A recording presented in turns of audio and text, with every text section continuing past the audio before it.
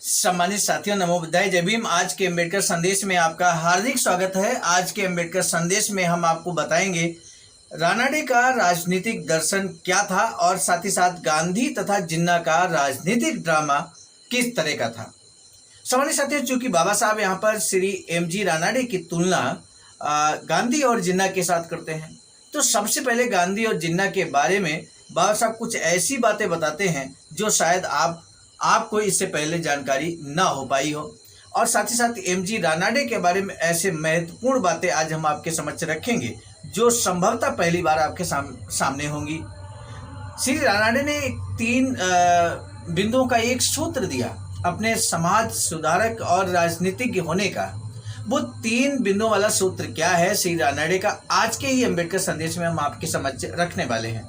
इतना महत्वपूर्ण अम्बेडकर संदेश होने के बावजूद यदि आप अंत तक वीडियो को वॉच नहीं करते हैं, अम्बेडकर संदेश को वॉच नहीं करते, तो निश्चित तौर पर आपका ज्ञान अधूरा रहेगा। मेरे साथियों, आपसे विनम्रता पूर्वक निवेदन है कि इस अम्बेडकर संदेश को अंत तक जरूर वॉच कीजिए। अगर आपने अभी तक हमारे इस चैनल आवाज का ऑफिशियल को सब्सक्राइब नहीं किया है तो अभी बेल आइकन के साथ जरूर सब्सक्राइब कर लीजिए।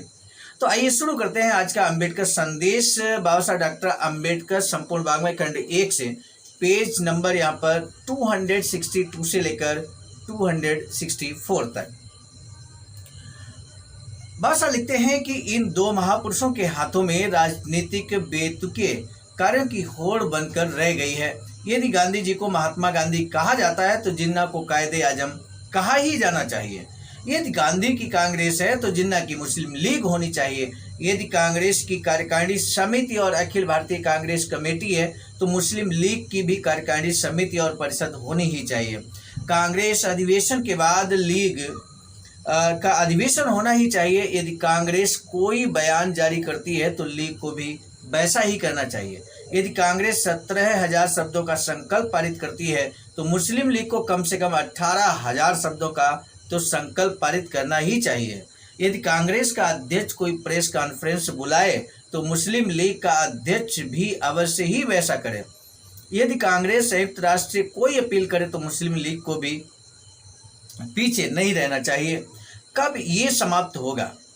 कब ये समाप्त होगा? कब उनके बीच कोई समझौता होगा? निकट भविष्य में तो कोई आशा नहीं है। वे केवल अनर्गल शर्तों को लेकर ही भेंट करेंगे। जिन्ना का आग्रह है कि गांधी स्वीकार करें कि वह हिंदू हैं। गांधी का आग्रह है कि जिन्ना स्वीकार करें कि वह भी एक मुस्लिम नेता है। मेरे साथियों, ये घटनाक्रम, ये ड्रामा क्यों बताया बाबा साहब ने यहाँ पर? क्योंकि ये उस समय चल रहा था। 1943 का बाबा साहब का ये भाषण है। 101वें जन्म दिवस के उपलक्ष्य में श्री एम.जी. रानाडे के जन्म दिवस के उपलक्ष्य में बाबा साहब को सादर आमंत्रित किया गया था ऐसे कार्यक्रम में, और कहा गया कि एम.जी. रानाडे के बारे में आप स्पीच दें। मुख्य वक्ता के तौर पर बाबा साहब आमंत्रित थे। बाबा साहब ने, हालांकि एम.जी. रानाडे ज्योतिबा फूले के समकालीन थे। बाबा साहब का उनके साथ कोई विशेष संपर्क नहीं था, लेकिन बावजूद इसके बाबा साहब ने पूर्ण तैयारी के साथ यहाँ पर स्पीच दिया और उसी स्पीच का ये अंश हम आपके समक्ष प्रस्तुत कर रहे हैं। तो सामान्य साथियों, आपको बता दें यहाँ पर ये जो राजनीतिक ड्रामा था, उस समय श्री गांधी जी और मुस्लिम लीग के नेता यहाँ पर जिन्ना के बीच में लगातार ये ड्रामा चल रहा था। बाबा साहब यहाँ कंपेयर करते हैं, तब कहते हैं कि कूटनीतिज्ञता का ऐसा खोखला और दयनीय दिवालियापन तो कभी देखने में नहीं आया जैसा कि भारत में इन दोनों नेताओं के आचरण में दिख रहा है। वे वकीलों की भांति लंबे चौड़े अनंत भाषण दे रहे हैं। वकीलों का तो काम ही है कि वे बात बात पर बहस करें, कुछ भी स्वीकार न करें और समय का रूप देखकर बात करें। गतिरोध को समाप्त करने के लिए उनमें से किसी को भी कोई सुझाव दें तो सदा यही उत्तर मिलेगा, नहीं। उनमें से कोई भी समस्या के उस समाधान पर विचार नहीं करेगा जो सनातन नहीं है। प्रसिद्ध वाणिज्यिक उक्त के अनुसार उनके चक्कर में फंसकर राजनीति का दिवाला पिट गया है और कोई भी राजनीतिक लेन देन नहीं हो सकता। बस आगे कहते हैं, इन दोनों की तुलना में रानाडे कैसे हैं? यानी कि श्री गांधी और श्री मोहम्मद अली जिन्ना के तुलनात्मक अगर देखा जाए तो श्री एम.जी. रानाडे कैसे हैं, इस बारे में मेरा अपना कोई निजी अनुभव नहीं है। बाबा साहब कहते हैं पर दूसरों ने जो कहा है उसे मैंने पढ़ा है, उसके आधार पर मैं कह सकता हूँ कि वे कैसे रहे होंगे। अहम भाव तो उनमें था ही नहीं।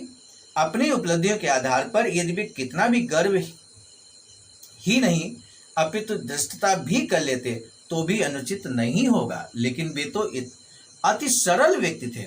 गंभीर युवा वर्ग उनकी विद्वता और हंसमुख स्वभाव पर मुग्ध था। अनेक युवक तो पूर्णतः उनके रंग में रंग गए।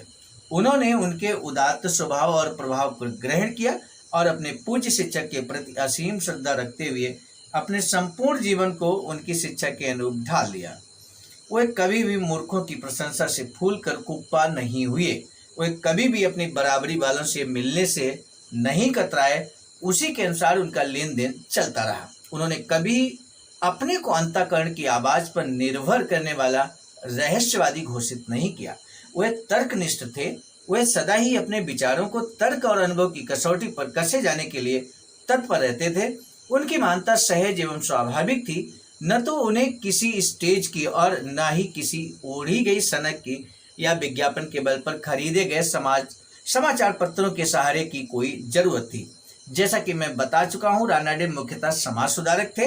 वे ऐसे राजनेता नहीं थे जो राजनीति का व्यापार करता है, लेकिन भारत की राजनीतिक प्रगति में उनका महत्वपूर्ण योगदान है। कुछ ऐसे राजनेताओं के तो वे गुरु रहे हैं जिन्होंने असाधारण सफलताएं प्राप्त की और अपनी प्रतिभा से अपने आलोचकों को चमत्कृत कर दिया। कुछ का उन्होंने मार्गदर्शन किया, पर सभी को उन्होंने दर्शन का पाठ पढ़ाया। रानाडे का राजनीतिक दर्शन क्या था? 3 सूत्रों में उनका सार इस प्रकार है। तो 3 सूत्रों में उनका सार क्या है, ये अब आपके समक्ष हम रख देते हैं।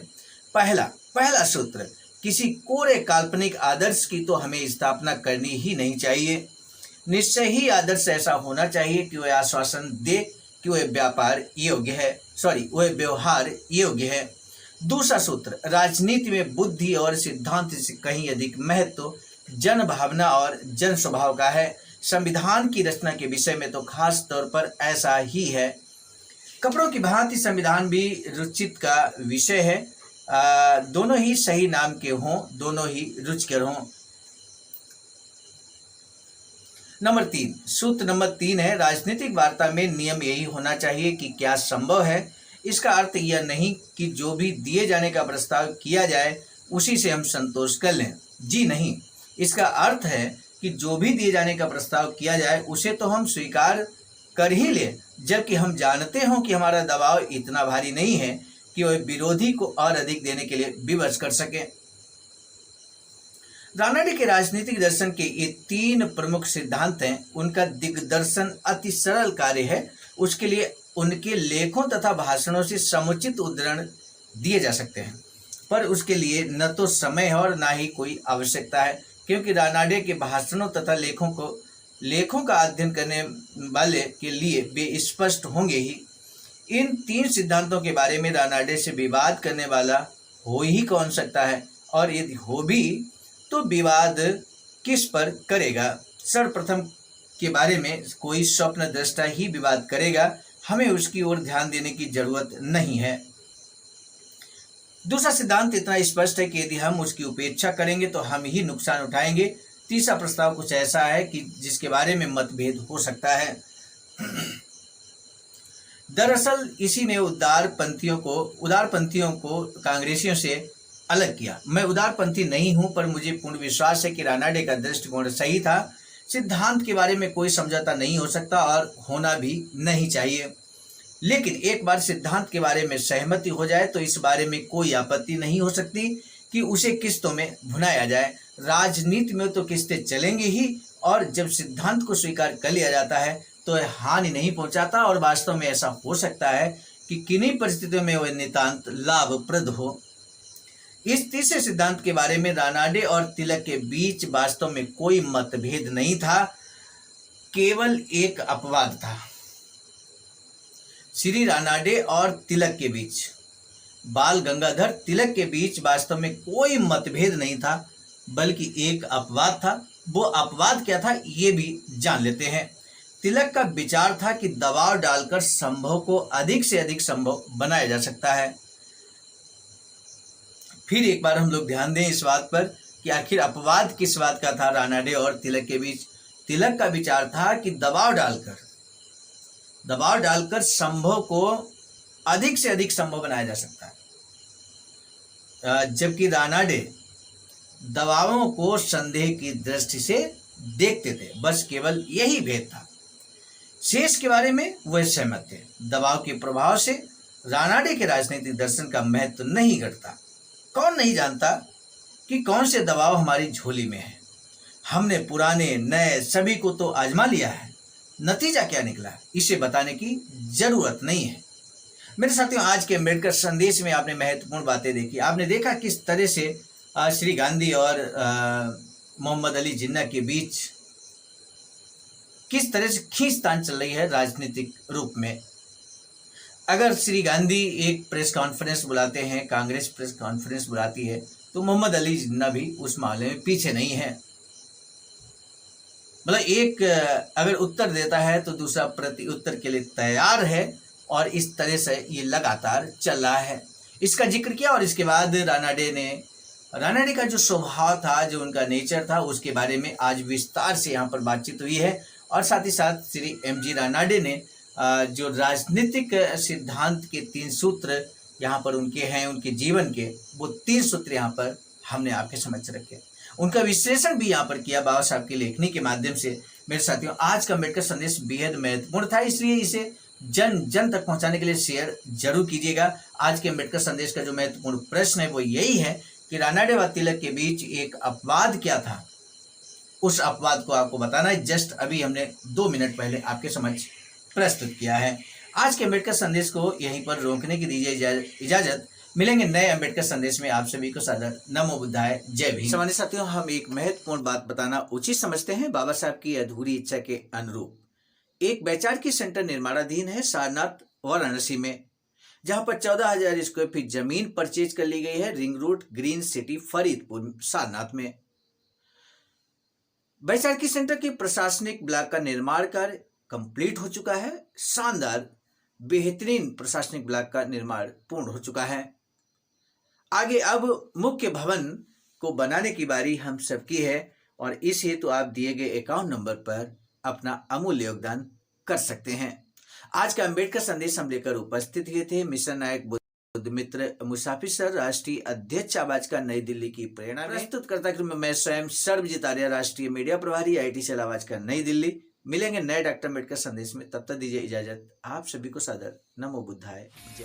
सम्मानित साथियों, यदि आप हमारे इस चैनल आवाज का ऑफिशियल, जिस पर नियमित सुबह 5 बजे डॉक्टर अम्बेडकर संदेश आपको मिलता है, आप हमारे इस चैनल को सपोर्ट करना चाहते हैं, तो हमारा आपसे निवेदन है कि आप हमारे इस चैनल को सब्सक्राइब कर लें, वीडियो को शेयर, लाइक, कमेंट जरूर करें।